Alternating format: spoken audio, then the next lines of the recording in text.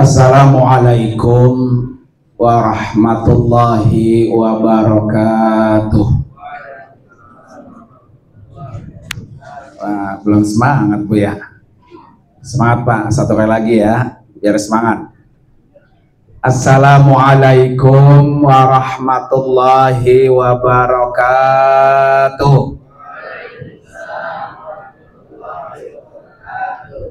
Kalau semangat, kan anaknya ikut semangat juga ya. Bismillahirrahmanirrahim. Hamdan wa syukran lillah, wassalatu wassalamu ala rasulillah, wala haula wala quwata illa billah, amma ba'du. Hadratil mukarramin wal mukarramat, para asatidah wal ustazat, wabil khusus yang sama-sama kita hormati, kita muliakan, dan kita doakan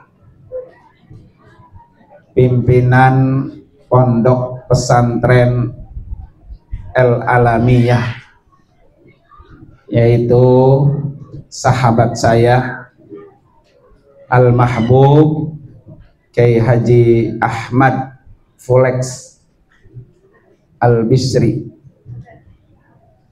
beserta istri Ibu Nyai, yang sama-sama juga kita hormati dan kita muliakan para guru-guru, para asatidah dan ustazat yang mengajar, mendidik, mengasuh putra putri Bapak Ibu sekalian di Pondok Pesantren Al-Alamiyah, dan juga yang saya cintai tentunya istri saya ajak sengaja Bu, biar bisa menyaksikan secara langsung Pondok Pesantren Al-Alamiyah, biar bisa belajar. Para bapak dan ibu wali santri yang insya Allah semuanya diberikan kesehatan yang sempurna. Amin Bu. Enggak mau sehat. Diberikan kesehatan yang sempurna, diberikan keberkahan, rezekinya berlimpah, panjang umur, anak-anaknya menjadi soleh dan solehah, sukses dunia dan akhirat. Para bapak dan ibu, hadirin dan hadirat sekalian, hari ini saya berterima kasih yang setinggi-tingginya kepada pimpinan pondok yang bisa menyebabkan saya silaturahmi di sini. Beliau ini sama-sama berjuang dulu Bu di Kairo, Mesir, dan beliau adalah lulusan dari pesantren Dar El Qolam, dan kebetulan juga alhamdulillah anak saya 2 di sana. Anak saya 4 Bu. Yang pertama yang laki-laki, nah itu yang lagi motok, nah itu pernah ke Mesir, terus sekarang di UIN Yogyakarta. Yang kedua adiknya, karena ada 4, 1 laki, 4 perempuan, 3 perempuan. Adiknya perempuan dari Darul Qolam juga, sekarang sedang melanjutkan studinya di Al-Azhar Kairo, Mesir. Dan yang ketiga masih di Darul Qolam. Yang keempat masih di Pondok Pesantren As-Suryaniyah. Jadi anak saya itu Bapak Ibu sekalian, 4-empatnya ini sejak SD mondoknya. Jadi 1 SD udah mondok. Ya, kalau Bapak Ibu mondokin anak baru SMP, air matanya udah nangis aja ya. Nah, gimana kalau anaknya apa? SD. Nah, jadi anak saya itu empat-empatnya SD mondok sampai kelas 3 SMA atau kelas 3 aliyah. Alhamdulillah, Bu ya. Para bapak dan ibu, hadirin dan hadirat sekalian, kalau anak kita masuk ke pondok pesantren jangan pakai ragu. Ya, Bapak Ibu sekalian, jangan pakai ragu. Apalagi tadi Kiai Fulek udah jelasin sanad, Bu. Sanad itu penting. Sanad itu, Bu, mata rantai. Ini Kiai Fulek gurunya siapa? Nyambung kemana tuh? Ya, kalau diurut-urut, Bu, ilmu Kiai Fulek itu nyambung sampai ke Rasulullah. Karena guru-guru beliau ulama-ulama Al-Azhar yang sanadnya terus nyampe ke Rasulullah. Jadi nggak usah ragu. Dari segi sanad aja luar biasa. Ya. Kenapa kita jangan ragu, Bapak Ibu sekalian, ketika memasukkan anak kita ke pondok pesantren? Di pondok pesantren, Bapak Ibu sekalian, itu super komplit. Kalau ibu diajak makan, mana restoran yang paling komplit? Apalagi murah, apalagi gratis. Di mana, Bu? Kalau ibu hadir kondangan ke gedung, ya, kan kalau di gedung tuh menunya banyak. Jadi kalau anak kita di pondok pesantren, komplit semua. Ibu bapak di rumah angkat tangan, gelar sejadah, berdoa. Ya, di sini sholatnya rapi, berjamaah, belajarnya terprogram. Tadi tuh, Bu, melihat jadwal yang disebutkan oleh Kiai Fulek, Bu, Masya Allah, rapet, Bu, rapet. Kalau ibarat anak kapan istirahatnya, kayaknya nggak ada istirahat itu, Pak. Coba kalau di rumah. Jadi kegiatan anak di pondok itu rapat, Bu, terprogram. Di pondok pesantren ngajinya tiap hari. Di rumah belum tentu. Di pondok pesantren qiyamul lail, sholat tahajud wajib, Bu, di sini. Masya Allah, Bu. Itu pekerjaan yang berat. Kita orang tua di rumah belum tentu seperti anak. Ya, makanya orang masuk ke pondok pesantren super komplit, udah nggak usah ragu-ragu. Tugas Bapak Ibu di rumah, gelar sejadah, doain, keluarkan kewajiban, beres dah. Kenapa Ibu sekalian kita tidak perlu ragu nih ke pondok pesantren? Satu, orang yang pahalanya terpanjang itu, Bu, amal ibadah terpanjang itu adalah cari ilmu. Itu ibadah terpanjang tuh. Makanya ada ucapan orang Arab bilang apa? Utlubul ilma minal mahdi ilal lahdi. Pokoknya yang namanya belajar dari ceprot lahir sampai masuk ke liang lahat. Itu belajar tuh. Dan itu dihitung apa? Pahala. Pahala itu semua. Pahala untuk santrinya yang sedang mencari ilmu. Pahala juga untuk bapak ibunya. Jadi anak kita di pondok, Bu, sedang cari ilmu. Bapak ibunya di rumah yang mencari nafkah, itu dapat pahalanya ngalir, terus ngalir sepanjang dia masih belajar. Itu namanya pahala ibadah terpanjang tuh, orang belajar. Bahkan bukan hanya ibadah terpanjang, Ibu sekalian. Ya. Ini apa, Bu, namanya, Bu? Cuan. Ya. Ibu di sini, saya tanya bapak-bapak, per bulannya berapa duit di sini? Ini yang baru kan ya? Berapa duit, Bu, per bulan? 900. 580, 600 ribu dah, Bu, ya. Murah apa mahal, Bu? Banget apa kagak? Murah banget. Ya, murah banget itu, Bu. Dimana ada orang ngelola sekolahan 600.000 sebulan, Bu. Anak kita dikasih makan 3 kali.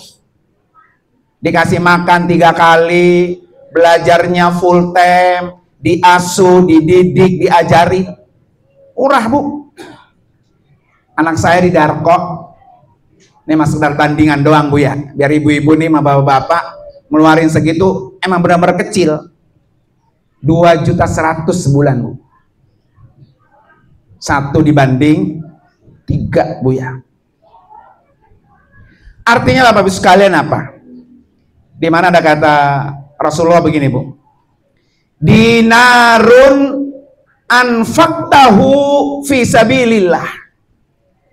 1 dinar, 1 rupiah yang kamu infakkan untuk kegiatan fisabilillah, wa dinarun anfaqtahu, dan kamu infakkan 1 dinar fi raqabatin, untuk membebaskan budak, wa dinarun intasaddaqta ala masakin, dan 1 dinar kamu sedekahkan untuk orang miskin, 1 dinar untuk kamu infakkan orang keluargamu. Mana tuh, Bu, yang lebih afdol tuh nilai pahalanya? Nih Ibu, jariah jalan, sedekah orang miskin jalan, sedekah fisabilillah buat masjid, buat orang di jalan. Ibu lakukan tuh. Buat anak yang di pondok, buat anak yang kita nafkahi, buat anak yang sedang belajar, kita keluarin bayarannya, biayanya. Lebih afdol mana tuh, Bu? Pak, kita sedekah di luaran sana. Kata Rasulullah, a'zamuha ajran alladhi anfaqtahu ala ahlika. Jadi nafkah untuk membiaya keluar biaya kita, buat keluarga kita, buat anak kita, pahalanya jauh lebih besar daripada kita infak kepada orang miskin di luar sana. Ya. Bahkan kata Imam Nawawi apa? Orang yang menginfakkan, menafkahkan, Bu, hartanya buat keluarganya, buat anaknya, apalagi sedang belajar, itu lebih afdal daripada ibu bapak sedekah sunnah. Makanya kalau di sini besok dipintain uang biaya iuran bulanan, Bu, ya, jangan pakai nunggak. Ya, kadang ada yang bayaran sampai 2 bulan belum bayar. Pokoknya belum jatuh tempo bayar. Belum jatuh tempo bayar. Kita ngebayangin, Bu, 600.000. Anak kita kalau kita nggak kasih bayarannya, makan apa dia? Kan tiap hari makan, tiap hari dimasak. Dan itu lebih besar nilai pahalanya daripada kita bersedekah sunnah biasa. Artinya Bapak Ibu sekalian, bukan hanya ngebiayain buat anak saja, tetapi kita sudah mendapatkan pahala infak. Makanya dalam Al-Quran itu infak itu tidak terbatas. Alladzina yunfikuna fis-sarra'i wad-dharra, kata Allah. Orang yang berinfak itu baik dia dalam keadaan sarra, lagi banyak duit, berinfak silakan. Wad-dharra, lagi sempit, lagi susah, berinfak silakan. Maka kalau ditagih biaya iurannya 680.000, ya boleh ibu bapak lebihin. Kiai Bulek, karena biaya anak saya 680.000, biarin saya mah infak sebulannya 1 juta. Karena nilai sedekah itu lebih besar pahalanya daripada apa tuh? Sedekah yang lain. Ada nggak wali murid begitu tuh? Biaya tagihannya 600.000, dia bayarnya berapa? Ada itu, ada kayak Bulek begitu. Ya, mudah-mudahan yang depan saya begitu tuh. Ya, jadi besok Bapak Ibu nih di otak kita, di otak Bapak Ibu, catat, betul-betul catat. Saya ini berinfak, nilai pahalanya lebih besar daripada saya memerdekakan budak. Pahalanya lebih besar daripada saya ngasih sedekah sunnah di sana. Pahalanya lebih besar daripada saya memberikan infak buat fisabilillah. Itu buat anak. Makanya kalau buat anak belajar, Bapak Ibu sekalian ya, jangan pakai ditunda-tunda. Satu, anak Bu, kalau di asrama duitnya kurang ya, terus kitanya lambat ngasih Bu ya, yang kita khawatir apa? Takut dia nyolong Bu, nyolong, punya hak orang, duitnya nggak ada, akhirnya dia ngambil duit orang dah. Nah itu jangan sampai, nauzubillah. Kalau perlu, nak, uang kamu masih ada nggak? Masih ada Bi, 100 lagi, udah kasih tambahin buru-buru. Jangan sampai anak kita di asrama ambil hak orang karena bapak emaknya terlambat. Ya. Terus kalau ada anak kita, "Ma, Pak, ini suruh beli buku ini, alat ini, buru-buru." Karena itu adalah infak terbaik yang Rasulullah sudah ajarkan kepada kita. Ya, alhamdulillah Bapak Ibu sekalian. Saya ngelihat, denger tadi Bu, Masya Allah, ini benar-benar paket komplit Bu di sini. Ya, tidak ragu-ragu. Kemudian yang kedua Ibu sekalian, kenapa orang itu memondokkan anaknya di pesantren? Karena di pesantren itu diberikan ilmu. Di mana kata Imam Ali, al-ilmu yahrusuka. Ilmu itu yang akan menjaga kamu. Ya, ilmu yang akan melindungi anak kita. Jadi supaya anak kita Bu bebas dari siksa api neraka, anak kita bebas dari siksa kubur, anak kita bebas dari kemiskinan, anak kita bebas dari kebodohan, maka warisi anak kita ilmu. Orang yang diwarisi anaknya ilmu, dia pasti akan hidup dengan ilmunya. Kalau orang diwarisi harta, segunung hartanya, nggak punya ilmu, habis nggak? Bures, kalau kata orang Betawi Bu, bures, habis. Maka anak kita ini kita lagi warisi ilmu Bu. Maka Nabi itu Bu, Nabi itu tidak pernah mewarisi keluarganya, wala dinat, wala dirham, nggak ada yang bentuknya harta. Jadi Nabi itu mewarisi keluarganya, anaknya, warisan ilmu. Karena dengan ilmu, ketika mereka punya, udah dilindungi tuh dengan ilmunya. Dan di sini komplit Bu. Ilmu dunia ada, ilmu akhirat apalagi. Ya, bahkan di sini Bu, yang spektakuler itu anak kita bisa nulis Bu. Pernah masuk ke salah satu berita stasiun TV. Santren ini pernah diliput bahwa santri-santrinya diwajibkan menulis. Saya punya guru pesan begini. Guru saya tuh Bu pengen banget punya santrinya punya 2 keahlian. Satu, ahli alkitabah, nulis. Yang kedua, ahli al-khutobah, pinter ceramah. Karena orang jarang Bu bisa nulis, bisa ceramah. Ya, bisa ceramah, bisa nulis, jarang. Kalau ada, wah, itu yang luar biasa. Di sini diajarin Bu. Ada namanya muhadharah, 3 bahasa. Muhadharah itu adalah belajar berbicara, berpidato, berceramah. Dan di sini juga diajarin apa? Menulis. Jadi 2 keinginan guru saya Bu, ini dia ada di pondok pesantren ini.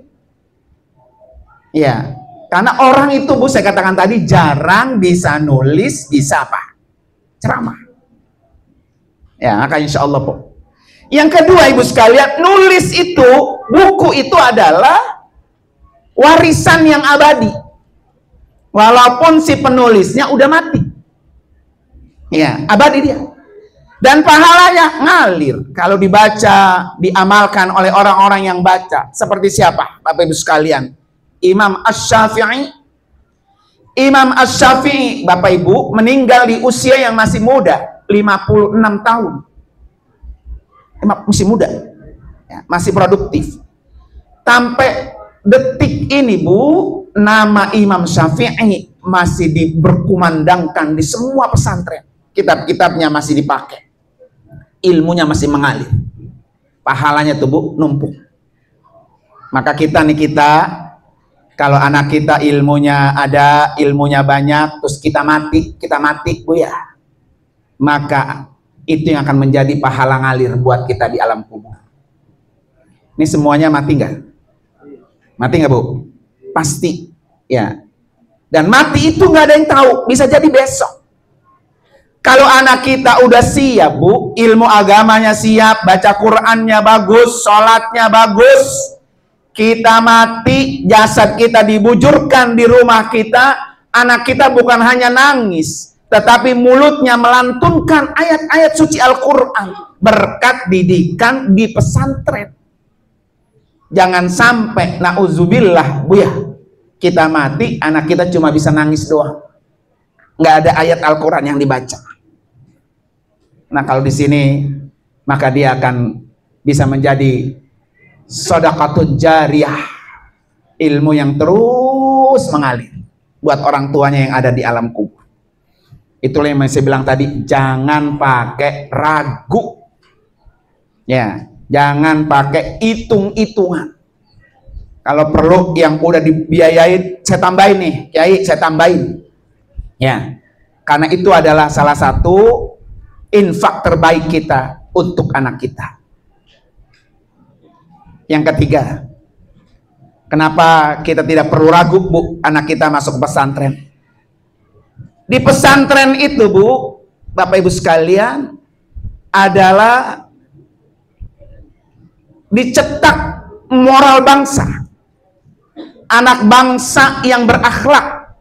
Ini di sini nih, di pesantren. Kalau di luaran sana Bapak Ibu sekalian, kita nggak tahu. Sekolah A, sekolah B, tawuran. Kalau pesantren nggak ada anak pesantren yang apa tuh? Tawuran. Jalan aja Bu, jalan nunduk tuh anak. Ya, salaman, tangan gurunya dicium bolak-balik. Berkata-kata baik. Karena akhlak itu paling baik Ibu sekalian. Nabi aja diutus ke dunia liutammima makarimah akhlak. Tugasnya adalah untuk menyempurnakan akhlak. Untuk mendapatkan akhlak ya di sini. Makanya dalam kitab ta'lim ada dijelasin begini Bapak Ibu sekalian nih. Diceritain. Ini dua cerita saya kasih. Cerita yang pertama umpamanya begini, contohnya nih. Saya punya anak. Saya titipin nih, Kiai Pulek, anak saya titipin. Saya punya sekolah Bu, saya punya pesantren, tapi tetap anak saya titipin. Ini dicerita dalam kitab ta'lim Bu ya. Jadi ada orang ulama, dia juga ulama besar, kemudian dia menyekolahkan anaknya ke Imam Asmu'i namanya dalam kitab itu. Ini ceritanya, ilustrasinya saya titip anak saya di Kiai Pulek. Satu ketika Bu, saya jenguk anak saya yang di sini. Ternyata anak saya Bapak Ibu sekalian disuruh nguduin kaki gurunya sama ngucurin air. Ini gayung dikucurin, gurunya wudhu, kakinya dibasuh. Saya protes. Pak Kiai Pulek, anak saya taruh di sini untuk kamu ajarkan ilmu, bukan untuk disuruh ngabdi sama kamu, ngurusin kamu berwudu. Protes kita Bu ya, sebagai orang tua. Apa jawabnya tuh Kiai Pulek? Justru ini bagian daripada akhlak. Jadi kalau besok Bapak Ibu anaknya disuruh nyapu, suruh ngepel, suruh bersih-bersih ini, biarin. Orang itu Bapak Ibu dapat ilmu dari gurunya, nggak hanya modal belajar doang, tapi dia lebih banyak khidmatnya, ilmu itu turun. Bapak Ibu tahu nggak orang ahli sastra nahu namanya Imam Sibawahi? Ya, Imam Sibawahi ini Bu, dulu dia ya bukan frustasi apa nyerak ya. Belajar nahu itu berat belajar nahu. Ini anak-anak nih kalau belajar nahu berat ya. Akhirnya dia apa? Karena kalau belajar nggak masuk Bu ya berat. Nahu kan kayak matematik Bu, ilmu pasti. Akhirnya apa Bu? Dia berkhidmat aja dah. Bersihin kamar mandi gurunya, sepitengnya dibersihin, nyapu buat gurunya Ibu ya. Akhirnya apa, Bu? Ilmu gurunya turun ke Imam Sibawahi. Imam Sibawahi lebih terkenal daripada gurunya. Nih anak-anak besok. Ya, Kiai Pulek sudah terkenal. Tapi kalau kamu pengen lebih terkenal dari Kiai Pulek, banyakin khidmatnya. Banyakin khidmatnya. Ya. Jadi jangan pernah ragu-ragu. Disuruh apa aja sama guru, iya. Ya, nggak mungkin guru itu nyuruh yang maksiat, Bu. Nggak mungkin. Kecuali memang ada beberapa pesantren yang menjadi apa, Bu? Ya, cerita-cerita begitu. Tapi kalau Kiai Pulek, insya Allah banyak. Jadi disuruh nyapu, bersih-bersih. Disitulah ilmu turun tuh, ilmu gurunya. Makanya jangan pernah apa? Jangan pernah sungkan-sungkan, males-males ya. Kan kalau di luar sana enak banget ya jadi guru. Kita sekolah udah bayar, anak gua disuruh nyapu kelas. Karena ada tugas piketnya, ada OB-nya, disuruh nimba air. Nah itulah ilmu jadi nggak turun tuh begitu. Karena dia tidak punya apa tuh? Khidmat, melayani guru. Cerita yang kedua, ini penting banget nih, Bapak Ibu sekalian ya. Biar anak itu dapat ilmu, ilmunya manfaat. Apa, Bu? Jangan pernah kasih nafkah tadi, biaya anak sekolah, itu ada 1 butir kek, 1 rupiah kek yang tidak halal. Karena kalau ada yang tidak halal, itu yang akan menyebabkan anak sulit dapat ilmu manfaat. Ini diceritain, Bu, dalam kitab Ta'lim Al-Muta'allim, Bu. Jadi ini bapaknya seorang ahli sufi, Bu, zuhud. Ya, beliau itu sudah mengekat dirinya, nggak mau makan makanan yang dari pasar. Termasuk roti dari pasar nggak mau, Bu. Ya, karena itu kata dia kurang begitu bersih. Satu ketika, Bu, dia datang jenguk anaknya masuk ke kamar. Ternyata di kamar anaknya ada roti yang dari pasar. Kata bapaknya, wahai Fulan, ini roti siapa? Roti siapa ini? Kamu kan sudah tahu kalau bapak sudah melarang kamu makan makanan dari pasar. Kenapa ada roti di kamar kamu? Kata anaknya, ayah, ini bukan roti saya. Ini roti teman saya dititipin ke kamar saya. Begitu. Apa kata bapaknya? Kalau kamu sudah tahu orangnya anti yang begitu, nggak mungkin teman kamu akan menitipkan barang yang kayak gitu di kamar kamu. Begitu. Makanya Bapak Ibu sekali kita PR. Pahamnya begini, Bu. Saya ini alhamdulillah ya, saya kagak ngerokok dari masih ya belia sampai hari ini. Umpamanya saya larang tuh anak saya ngerokok, anak saya kagak ngerokok. Pas saya ke pondoknya, Bu, ternyata di kamarnya ada puntungan rokok. Kan saya marah, kamu ngerokok ya? Itu kan kata kita kan. Enggak ya, itu bukan saya yang rokok, itu rokok teman saya. Nggak mungkin, kalau kamu kagak ngerokok, nggak mungkin ada puntungan rokok di kamar kamu. Begitu istilahnya. Ya, nah ini buat kita hati-hati. Ya, ketika kita membiayai anak, jangan sampai ada yang urusan apa? Yang tidak halal. Itu yang membuat anak berat. Berat untuk mendapatkan apa tuh? Ilmu yang bermanfaat. Yang keempat, pesantren itu Bapak Ibu sekalian tempatnya liyatafaqahu fiddin, untuk memahami, mendapatkan ajaran agama ini pesantren. Maka wajib pesantren itu diajarin agama Islam. Dan ini dalilnya surah At-Taubah ayat 22. Jadi kalau kita pengen dapat agama dengan sempurna, Bu ya, datanglah ke pesantren. Makanya ada satu ayat begini mengatakan, as-sholatu imaduddin, salat itu tiang agama. Faman aqamah aqamaddin, siapa orang yang menegakkan agama, maka agama itu menjadi tegak. Waman hadama hadamaddin, siapa orang yang menghancurkan agama, maka dialah menghancurkan agama dengan meninggalkan itu. Jadi Bapak Ibu sekalian, dengan apa, Bu? agama itu menjadi tegak dengan sholat. Maka disinilah tempatnya liyatafaqahu fiddin. Ya, jadi kalau anak kita ahli sholat, Bu ya, ahli sholat, sholatnya bagus, ya di sini. Ya, Bapak Ibu sekalian tahu kan? Kenalkan yang namanya Ustazah Halimah Idrus. Kenal, Bu? Ya. Beliau pesan apa? Jangan pernah tinggalkan anak-anak kita sholat. Kalau anak sholatnya benar, pasti aktivitasnya benar. Kalau aktivitasnya benar, maka anak itu matinya benar. Kalau dia matinya benar, ya kan, hidupnya benar, dia akan berada bersama orang yang paling benar, yaitu Rasulullah di dalam surga. Jadi kalau kita pengen masuk surga, salah satunya kuncinya di sholat. Dan di sholat di sini diajarkan. Ya. Yang berikutnya, Bu, kenapa kita harus tidak ragu-ragu anak kita masuk ke pesantren? Karena pesantren itu iqamatud din.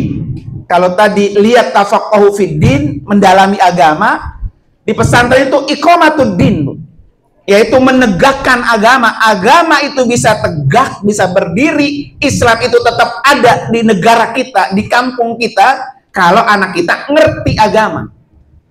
Makanya kenapa Kiai Pulex keluar dari Darko bangun pesantren. Setiap anak yang di pesantren misinya atuh, Bapak Ibu sekalian, liunziru qaumahum idza raja'u. Kalau udah pulang dari pesantren tuh bangun pesantren lagi, kasih ilmu, sebarin ilmu kepada rakyat dan masyarakat di sekitar. Jadi tugasnya gitu. Nah, kayak kita doain tadi ya, anak-anak Bapak Ibu nanti kalau keluar dari sini, bismillah, Bapak Ibu sudah siapin. Kamu kenapa, Nak? Saya taruh pesantren nih, sudah saya beliin lahan 1 hektar. Kamu bangun masjid, kamu bangun madrasah. Bapak lebih bangga, lebih senang karena Bapak nanti kalau mati ada pahala yang ngalir. Karena tugasnya kata Allah, liunziru qaumahum idza raja'u. Nah, udah azan, Bu ya. Satu lagi terakhir, Bu. Nah, udah azan ya. Ini buat kita semua, Bu, buat kita nih, saya termasuk. Anak-anak saya juga masih pada belajar. Dan ini sering banget saya sampaikan sama istri saya, Bu. Ya. Jangan pernah lelah, Bu. Gelar sejadah, sujud, angkat tangan, berdoa. Terutama ibunya nih. Ya. Doa ibu buat anak 3 kali lipat lebih cepat dikabul Allah. Ibu mau minta apa, anaknya mau jadi apa. Tiap hari, Bu, sujud, doain. Bahkan saya punya guru, Bu, punya guru ya. Beliau punya anak 4. 4, perempuan 1, laki 3. 4-empatnya, Bu, punya pondok pesantren tahfiz di Bekasi dan Karawang. Dan sudah menelurkan hufaz banyak. Ketika saya ketemu sama ibunya nih, ibunya waktu itu udah sepuh, Bu. Saya panggilnya Umi. Mi, apa sih, Mi, rahasianya punya anak ini 4-empatnya, Bu? Nggak ada yang gabung. Kenal gabung, Bu? Nggak ada yang apa sih, boncos ya? Apa sih bahasa Sundanya kalau gabung? Karena saya nggak bisa Sunda. Nggak ada yang gagal, Bu. Berhasil semua, Bu. Punya pondok pesantren. Ibu kalau ke Bekasi nyari pesantren Quran, di salah satu di sana itu tempatnya. Apa saya bilang, Mi, rahasianya? 1, kata beliau. Kata beliau nih, 1, jangan pernah tinggalin anak, doain. Jadi, Bu, 1 anak, 1 Fatihah. Ya.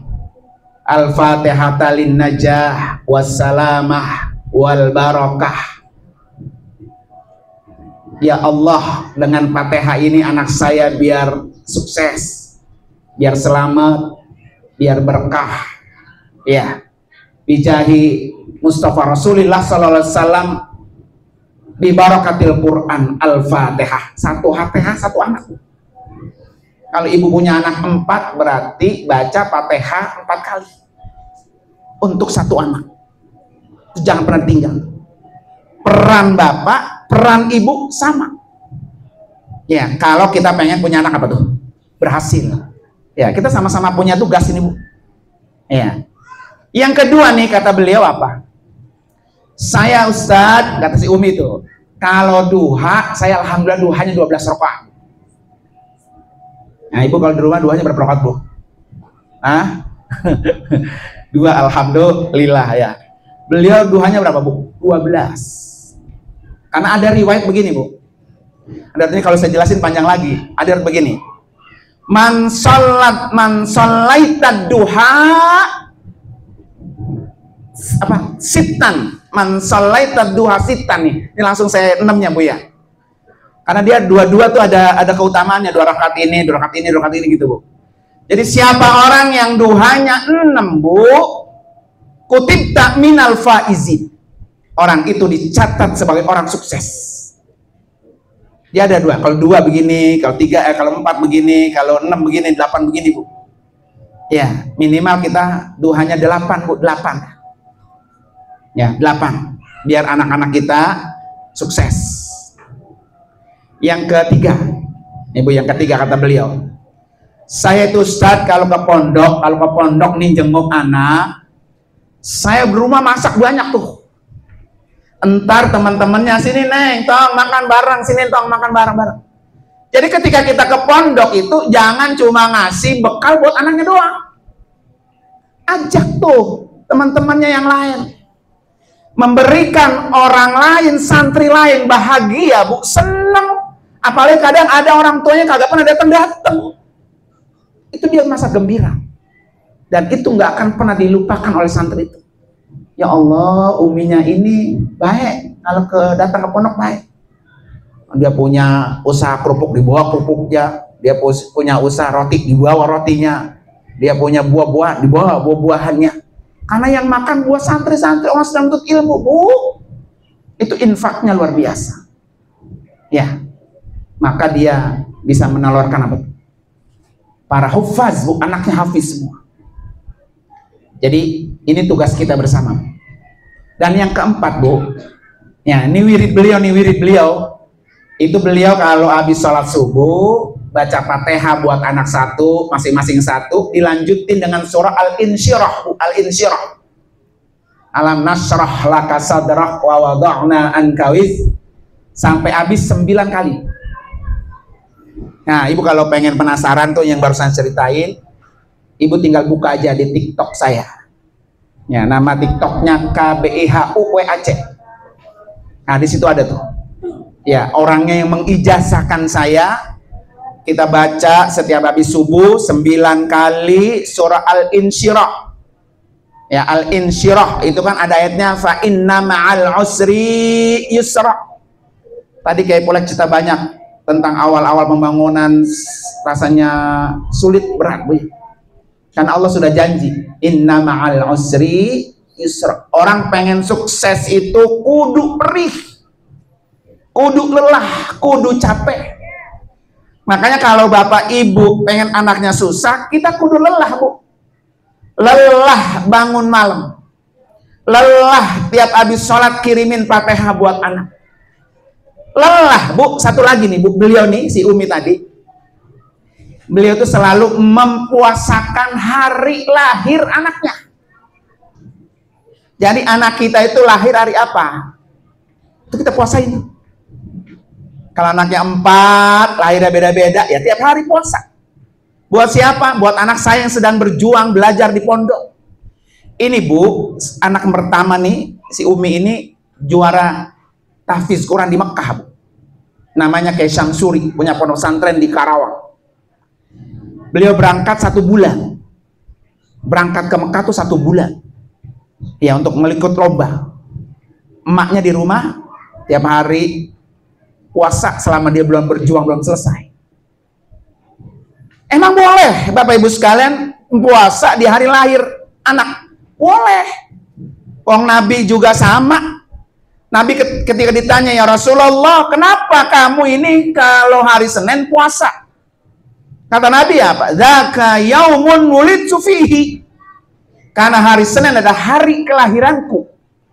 Jadi aku peringati hari kelahiranku dengan berpuasa. Ya, Ibu mau saya tanya, Mau ngasih infak tiap bulan 1 juta ke sini apa mau puasain aja? Nah, sama-sama pahala tuh. Ya. Kan orang kalau berbicara duit kan rada-rada pelit ya. Bicara duit ya. Kalau bukan duit mah nggak pelit ya. Maka puasain itu anak. Kalau pengen sukses, ini saya selalu mesen sama istri saya begitu, Bu. Istri saya, sekarang kamu lelah nggak apa-apa buat perjuangan anak. Kadang mah udah begitu gak, Bu? Udah begitu. Masih kadang-kadang disuruh sholatnya susah ya. Masih kadang-kadang yang namanya anak-anak muda sekarang, Bu ya. Terutama musuh terbesar kita, Bu, yaitu gadget. Kalau anak kita di sini, Bu ya, aman, Bu, aman. Ya. Saya juga begitu, makanya anaknya pondok semua. Kalau pulang kita udah ngomel. Lu tiap hari yang dipegang apa? HP. Bangun tidur, HP. Mau tidur, HP. Sholat apa terbang? Gara-gara apa? HP. Kalau di sini aman, Bu, aman. HP itu Bapak Ibu sekalian musuh terbesar kita. Ketika kita anak-anak di rumah. Jam 2, jam 1, jam 3 pagi, Pak, anak kita belum tidur, masih pegang apa? HP. Nauzubillah, Bu, nauzubillah. Nah itu, makanya peran Bapak dan Ibu kita semua, Bu ya, terutama ibunya nih, ibunya itu peran gelar sejadah, angkat tangan, berdoa kepada Allah, itu akan membuka tabir-tabir yang susah, yang sulit ya. Saya dulu, Bu, waktu mau belajar ke Mesir, guru saya itu kayak orang tua saya. Karena saya itu, Bu, yatim dari sejak usia saya 5 tahun. Saya yatim, udah nggak punya bapak. Sekolahnya dari SD sampai aliyah itu gratis karena yatim. Ya. Kemudian ketika lulus kelas 3 aliyah, kata guru saya, udah Nur, ente lanjutin aja ke Mesir. Saya bilang, guru, saya nggak punya duit, kan ibu saya single parent, Bu ya. Kalau di sini apa? Janda. Ya. Dari mana biayanya buat sekolah ke luar negeri? Kata beliau apa? Orang belajar itu rezekinya udah diatur nong sama Allah, gitu. Entar di sono ente tinggalin ibu ente di kampung, di sono entar ente akan dapetin ibu-ibu yang lebih sayang dari ibu ente di kampung. Di sono entar ente dapat rezeki banyak. Yakin ente itu, yakin. Itu pesannya, Bu. Berangkat saya. Tuh ketemu Kiai Pulek itu di Mesir. Pas nyampe di sana, Bu, alhamdulillah. Tuan rumah yang rumahnya saya kos, saya di bawah, tuan rumah saya di atas gitu. Bener-bener sayangnya luar biasa. Kalau makanan ada apa, dipanggil, Nur, sini makan bareng. Tanya ke Pulek, bulan Ramadan, Bu, buka puasa di rumah beliau.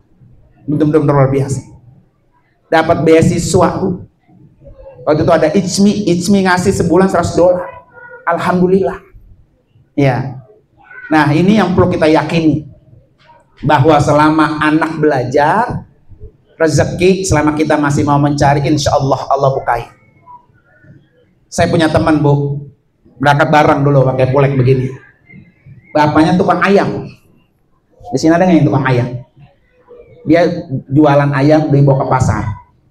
Ya, pagi bawa ke pasar, nanti di pasar habis tuh. Pagi jam 6 habis subuh, Bu, dia bawa tuh sekeronjok ayamnya ke pasar. Jam 6, jam 7, bures, habis, laku. Anak-anak sedang belajar. 2 tahun, kata anaknya di Mesir, Mbak, udah jangan kirimin saya duit, alhamdulillah saya udah dapat duit. Ya, saya kasihan sama Baba, nyari duit, udah tua ke pasar bawa ayam. Disetop tuh, Bu, sama anaknya. Bagus nggak tuh, Bu, anak begitu, Bu? Bagus, ya. Tapi apa yang dirasakan bapaknya, Bu? Jual ayam, Bu, dari jam 6 sampai jam 11, nggak ada yang beli. Nggak laku. Karena rezeki anaknya diapain tadi? Di stop. Ya. Maka insya Allah, ibu-ibu sekalian ya, anaknya di sini jangan ragu-ragu, rezekinya pasti mengalir. Yang penting terus berdoa, setiap sujud, Bu, sujud berdoa. Berdoa biar doain anak. Tiap habis subuh kirimin 1 anak 1 Fatihah. Kalau bapak ibu masih kuat, tiap anak kelahiran dipuasai, biar rezekinya lancar, anaknya juga soleh dan soleha. Yang belajar juga nih bu, futuhat dibukain kecerdasannya. Ngapal Qurannya gampang, belajar yang dicari pelajarannya gampang, nyangkep bu, nyangkep di dalam. Makanya saya kalau ngajar di sekolah itu saya pesan anak saya, anak-anak santri. Nih ini juga tips juga nih, bapak ibu sekalian, anak-anak santri ya. Supaya ilmunya nyangket pak, nyangket nih yang kita cari, nempel dan nggak pernah lupa. Nih anak-anak ya, kalau belajar usahakan satu, berwudu, selalu berwudu. Ya, batal wudu lagi, batal wudu lagi, dan itu tertulis di dalam kitab Ta'lim Al-Muta'allim. Yang kedua, kalau belajar usahain menghadap kiblat. Ya, usahain begitu. Itu dua tuh yang diajarkan dalam kitab Ta'lim Al-Muta'allim. Berwudu, ketika belajar berwudu. Kenapa? Al-ilmu nurun wal wudu'u nurun. Ilmu itu cahaya, wudu itu cahaya. Ketika cahaya wudu dengan cahaya ilmu lemplok bareng ketemu, Bapak Ibu sekalian, cuma melekat yang ada. Ya, dah itu aja dah. Mari sama-sama kita baca suratul Fatihah. Yang pertama niatin buat Keifulex, istri, anak-anaknya, keluarganya sehat walafiat. Biar bisa terus membina putra-putri Bapak Ibu sekalian. Yang kedua, Fatihah ini kita niatin biar pondok pesantren Al-Alamiyah ini menjadi pondok pesantren yang banyak rezekinya, banyak ilmunya, santrinya juga banyak, ya berkah, munzalan mubarakan, Allah turunin keberkahan bu ya. Dan yang ketiga buat kita semua, selaku orang tua, biar Allah gampangin bu ya, gampangin. Maka ketika sholat bu baca doanya Pak, ya Allah berikan saya rezeki yang banyak, yang berkah, yang gampang, begitu bu, yang gampang. Mintanya ada yang gampang, karena ada rezeki yang susah dicari. Minta sama Allah seperti itu. Ala hadiniyah wa kulli niyatin salihah wa ila hadratin nabi al-fatihah. A'udzubillahi minasyaitonir rajim. Bismillahirrahmanirrahim.